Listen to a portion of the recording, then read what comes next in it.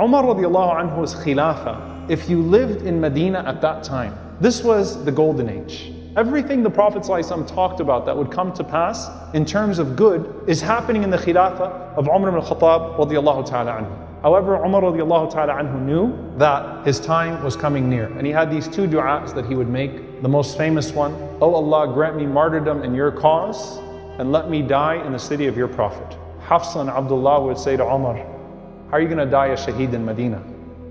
Battles don't happen in Medina." He said, "If Allah wants it to happen, it's going to happen." He had another dua. He said, "Oh Allah, do not let me be killed at the hands of someone who prostrated towards you, he made sujood to you, that he would argue against me on the day of judgment with it." Meaning, don't let me be killed by a believer. So subhanAllah, his dua is to be killed by a non-Muslim in Medina as a shaheed. Three things that seem completely impossible. So how does this shahada come about? It starts with a man by the name of Abu Lu'lu'a al-Majusi. Abu Lu'lu'a was a skilled craftsman. He used to make weapons of war. And he works under Mughira ibn Shu'bah radiyallahu ta'ala anhu. Now, Abu Lu'lu'a complained to Umar ibn al-Khattab radiyallahu ta'ala anhu, and Umar radiyallahu anhu was a just man. But Abu Lu'lu'a complains that the commission that he's taking from the weapons of war are too much, and I'm working too hard. So Umar radiyallahu ta'ala anhu, he takes his complaint, he weighs the evidence on both sides, and Umar radiallahu ta'ala anhu comes to the opinion that it was a fair commission that he was taking. So Umar radiallahu anhu tells him that, it's not an unjust salary that he's taking or a portion that he's taking from you. And at the same time, he tells Al-Mughira ibn Shu'bah to be lenient with him, to be just with him. But Abu Lu'lu'a was enraged by just that judgment. So Abu Lu'lu'a, he goes back and he swears to himself that he's going to kill Umar ibn al-Khattab radiallahu ta'ala anhu. And Umar radiallahu ta'ala anhu is walking by him one day in Medina, and he's making all of these different types of things, and one of the things that he would make was windmills. He would make these spears, and he would make all of these different crafts. So Umar radiallahu ta'ala anhu walks by, and in a nice way, he says to him that, "I heard that you do these things very well. Can you make me one of these also?" And Abu Lu'lu'a says to him, "Ya Amir al-Mu'mineen, I'm going to make one for you that the whole world is going to hear about." Subhanallah, he's threatening him in a nice way. Umar is not illiterate or naive in this situation. Umar radiallahu ta'ala anhu, he walks away and he's laughing as he's walking away, and he says, "He just promised to kill me." So the Sahaba say to him, "Well, why don't we apprehend him and why don't we kill him first?" He says, "Ayuqtalu ala dhann?" You want him to be killed over a suspicion? He said, "No, absolutely not. That's my hunch from him, that's my sense from him, but it's the qadr of Allah subhanahu wa ta'ala, whatever happens as a result of that." Now subhanAllah, there are these dreams that then start to happen. Auf ibn Malik radiallahu ta'ala anhu, he says, during the khilafah of Abu Bakr as-Siddiq radiallahu anhu, I saw this rope that was hanging down from the heavens, and the people were trying to reach it. So he says, Umar radiallahu ta'ala anhu was 3 times the size of everybody else, so he grabbed onto it easily and he ascended. So I said, how come Umar radiallahu anhu is the only one that can grab the rope and can ascend? And it was responded to me, because he is the Khalifa of Allah on this earth, وَلَا يَخَافُ لَوْمَةَ لَائِمٍ, he does not fear the blame of a blamer, وَيُقْتَلُ شَهِيدًا, and he will be killed as a martyr. The second dream is from Abu Musa al-Ash'ari radiallahu anhu. What a beautiful dream. He was in Ash-Sham, and he woke up in the morning and he calls the people and he says that I saw an interesting dream last night. I saw that I had horses and crops, and then they started to disappear. So good things started to disappear. And so he said, I took it and I went to this Jabal, to this mountain, and I saw Rasulullah ﷺ and Abu Bakr radiallahu anhu standing in the distance, and Umar radiallahu anhu standing and looking at them. And Rasulullah ﷺ is telling to Umar, come to me. Cross over here. So Abu Musa, he saw that dream, and they said, why don't you write a letter to Umar telling him what you saw? And he said, I don't want to be the one to break the news of his death to him. That was actually the year that Umar radiallahu anhu would die. Umar radiallahu ta'ala anhu would die only a few days after returning from Hajj. And the Sahaba describe Umar radiallahu ta'ala anhu raising his hands in Arafah that year, saying, Ya Rabb, قَدْ كَبُرَ سِنِّي, I've gotten old, وَضَعُفَتْ قُوَّتِي, and my strength is leaving me, وَانْتَشَرَتْ أُمَّتِي, and the ummah has spread to the world. Take me back to you while you're pleased with me, O Allah. Pleased with what I have done with your ummah. He gets back to Medina from Hajj, the 21st of Dhul Hijjah, Yawm al-Jum'ah, 23 years after the hijrah. And Umar radiallahu ta'ala anhu, he stands up and he says, Ayyuhan nas, O people, I saw a dream where a rooster came up to me and it pecked me twice. And then the people said to me that you should appoint a khalifa. So Umar radiallahu ta'ala anhu said, I interpreted this to mean my death, but Allah will not cause His religion or this ummah to be lost. But he said, if I die, then the Khalifa is to be appointed by those whom the Prophet ﷺ was pleased with when he died. Then comes the day of his death. So it is the 23rd of Dhul Hijjah, Salatul Fajr.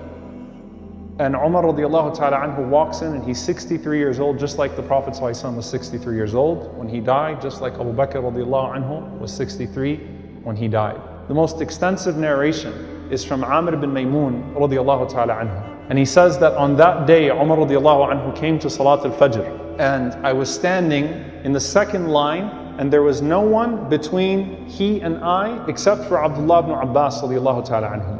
And he said, Umar radiallahu ta'ala anhu, before he would lead the salah, he would walk between us and he would straighten up our rows. And then Umar radiallahu ta'ala anhu went to lead the salah. He says, Allahuakbar. So Umar radiallahu anhu was leading Salat al-Fajr and I'm praying behind him, and he said he read Surah Yusuf. And he cried a lot as he read Surah Yusuf. Subhanallah. And then Umar radiallahu ta'ala anhu went into ruku' and he went into sujood. And Abu Lu'lu'a, he had made this dagger that he sharpened from both ends, so he could stab both ways. Umar radiallahu ta'ala anhu, and he poisoned both ends of the dagger, and he was hiding it under his cloth, under his cloak, and he was praying because even though he wasn't a Muslim, right, it's Fajr, no one can see anybody else. So Abu Lu'lu'a waited for him to go into sujood, and as he was in sujood, Abu Lu'lu'a attacked him. And he stabbed Umar radiallahu anhu with that dagger up to 9 times. Stabbed him in his back, stabbed him in his front, stabbed him from his sides. And the worst wound was right in the stomach of Umar radiallahu anhu. So after he hit him enough times and Umar radiallahu anhu was laid out, then he stabbed him the hardest right in his stomach, under his navel. And Umar radiallahu ta'ala anhu, he gasped and he said, قَتَلَنِي الْكَلْبِ. The dog killed me. He remembered that incident, subhanallah, from that moment when he walked by him. And he recited, وَكَانَ أَمْرُ اللَّهِ قَدَرًا مَقْدُورًا. SubhanAllah, right away Quran comes to his mind. And the affair of Allah subhanahu wa ta'ala was a decree to come true. And the people that were around Umar, some of them started to help him, and then some of them went to pursue Abu Lu'lu'a. And Umar radiallahu ta'ala anhu, what's his concern as he's laying there about to die? He grabs the leg of Abdurrahman ibn Auf radiallahu ta'ala anhu, and he says, finish the prayer of Abdurrahman. Abdurrahman ibn Auf, he goes up and he reads Surah Al-Kawthar in the second rak'ah, and he quickly finishes up the salah. In the meantime, Abu Lu'lu'a, he goes out of the masjid and he's stabbing people on the way. So he kills 9 people on that morning and he wounds 13. And just as he's getting through them, eventually the people apprehend him and they throw a cloak on top of him. And as Abu Lu'lu'a realizes that he's surrounded by others, he takes his own dagger and he stabs himself 3 times in the chest until he dies. So he commits suicide in the masjid. And so immediately after they finish the salah, they carry Umar bin Khattab radiallahu ta'ala anhu to the house of Abdullah, because Abdullah's house was the closest to the masjid, his own son. And at that point, Umar radiallahu anhu had lost consciousness. And they're trying to revive him. And Abdullah is calling out, Ya Abata, Ya Abata, oh my father, oh my father. They're trying to revive him. But Umar radiallahu ta'ala anhu was unconscious for some time. After sunrise, Umar radiallahu ta'ala anhu opens his eyes. What's the first thing he asks? He says, Asalla nas? Did the people finish their prayer? Subhanallah. And they said to him, yes, they finished their salah. He said, Alhamdulillah, because there is no share of Islam for the one that leaves their prayer. And then he tells Abdullah, sit me up. And he says to Abdullah, bring me some water. When he asks them for water, they think that he's going to drink water. Well, what does he start to do? He starts to do wudu. And Umar radiallahu anhu finishes his Fajr prayer because he was stabbed and made unconscious in the second rak'ah. That's where his heart is. That's where his mind is. Umar radiallahu ta'ala anhu starts to ask questions. He said, who was the one that killed me? They said, Al-Majusi. It was the Persian, that person that you suspected that day. And he said, Alhamdulillah, the one who killed me is not someone who says La ilaha illallah. Alhamdulillah. And then Umar radiallahu ta'ala anhu, he asks for some laban, for some milk. And they brought him the milk. And his wound was so severe that everything he drank came out of his stomach. So they called for a doctor. And the doctor saw the wounds of Umar radiallahu ta'ala anhu, tried to patch up, saw what happens when he drinks milk and the way that his body was responding. And he says to him, "O commander of the believers, you're not going to make it, you're going to die. So whatever wasiyah you have to give, then give it now." What does Umar radiallahu ta'ala anhu do? Number one, he calls Abdullah. And he says, "Ya Abdullah, I want you to go around and I want you to see who I owe money. And I want you to make sure that you pay off every single one of those debts. And your father doesn't have much. It's not that he had big debts, it's that he had no money. He's the Khalifa of the Muslims, most powerful man in the world, he has no money." He said, "So you and the kids take care of it." Then Umar radiallahu ta'ala anhu reaffirms the shura. And he appoints those that will appoint the Khalifa after him. And they are the 6 people that are remaining from those who were promised paradise, except for one who would have been the 7th, and that was Sa'id ibn Zayd. Why? Because Sa'id ibn Zayd is his brother-in-law, he is his cousin, and Umar radiallahu anhu wants to keep his family away from the Khilafah. He wants to avoid nepotism in any way possible. And then he calls Abdullah, and he says to Abdullah that I have one wish. Subhanallah, his dying wish. He says, "Go to Aisha radiallahu anha and give my salam to her. But don't tell her that Amir al-Mu'mineen sends salam to you. Tell her that Umar sends salam to you, because I'm no longer Amir al-Mu'mineen. I'm no longer the commander of the believers. And ask her, but tell her that it is fully your right to say no to this. Ask her if she would give me permission to be buried in that spot beside the Prophet sallallahu alaihi wasallam and Abu Bakr as-Siddiq radiallahu ta'ala anhu. If she says no, that is adl. That's justice. That's her right. Don't pressure her.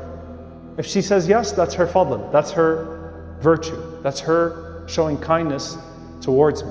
Abdullah ibn Umar radiallahu ta'ala anhuma says, "I went to Aisha radiallahu ta'ala anha, and I found Aisha radiallahu ta'ala anha weeping profusely. And subhanAllah, they said Aisha cried more when Umar died than when her own father Abu Bakr died. And they said to her, why? She said, because Umar was the door between us and the fitna. Everyone in Medina is crying right now because they know that Umar radiallahu anhu was dying. So Abdullah ibn Umar radiallahu anhuma says, "Assalamu alayki ya ummi, peace be unto you, my mother. I have a request from Umar. He sends his salam to you. And he asks for you to consider, but without any pressure, it's your right, if he could be buried next to his 2 companions, buried next to Rasulullah sallallahu alaihi wasallam and Abu Bakr as-Siddiq radiallahu ta'ala anhu." Aisha radiallahu anha, she says, "I always envisioned that that would be my spot, that I'd be buried next to my husband and my father." I mean, this is her home. It's literally her room. The Prophet ﷺ and Abu Bakr are buried in her room. But I know the place that Umar radiallahu anhu had with Rasulullah sallallahu alaihi wasallam. So she granted it. Abdullah ibn Umar comes back. When Umar sees Abdullah, he's laying down, he's barely alive at this point. When he sees Abdullah coming back, Umar radiallahu anhu says, "Sit me up," and says to Abdullah, "What are you coming back with?" He said, "I'm coming back to you with news that is pleasing to you." He said, "Alhamdulillah, that was the only thing that I wanted." But he said, "After I die, go back to her again, just in case she felt under pressure, and ask her after I die if she's sure that she wants to give up that place, and don't pressure her. If she says no, maybe after, if she's calmed down from the emotion, bury me amongst the Muslims in the Baqi', I'm satisfied with that." And Abdullah ibn Umar then puts the head of Umar in his lap. At that moment, people are coming in and some of the Sahaba are praising Umar radiallahu ta'ala anhu. And Umar radiallahu ta'ala anhu says to some of those that praise him, he said, "Atashhadu li yawm al-qiyamah bidhalik? Will you bear witness on the day of judgment with what you're saying?" And they're saying, "Yes, O Amir al-Mu'mineen. No one was dissatisfied with your khilafah." Abdullah ibn Abbas radiallahu anhuma comes in. And Abdullah ibn Abbas radiallahu anhuma starts to mention all of these virtues.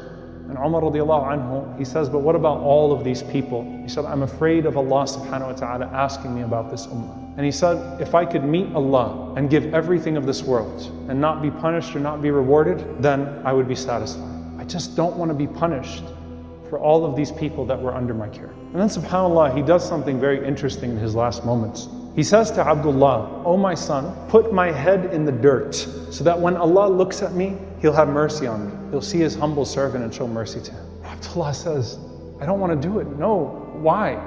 And Umar radiallahu anhu said, "If this face is a face that belongs in hellfire, then you don't want it in your lap. And if this face is a face that belongs in Jannah, then the pillow of Jannah is softer than your thigh. So just listen to me, my son. Put my face in the dirt. Subhanallah, this man who spread Islam to most parts of the world that you all are from today, who is a person who the Prophet ﷺ praised over and over and over again, who has the shahada of the Sahaba, the witness of the companions, who died praying Fajr in Medina in sujood. A companion of the Prophet ﷺ guaranteed paradise, and he's saying to his son, leave my head in the dirt. Uthman radiallahu anhu entered in, and Umar radiallahu ta'ala anhu with his face in the dirt, with his face on the ground, and he said, woe to Umar if Allah does not show mercy to him. Until Allah subhanahu wa ta'ala took his soul in that humble place. This is Umar radiallahu ta'ala anhu. This is the fear of Allah that he had from the moment that he became Muslim to the moment that he left this earth in the best way that any person could possibly want to leave this earth.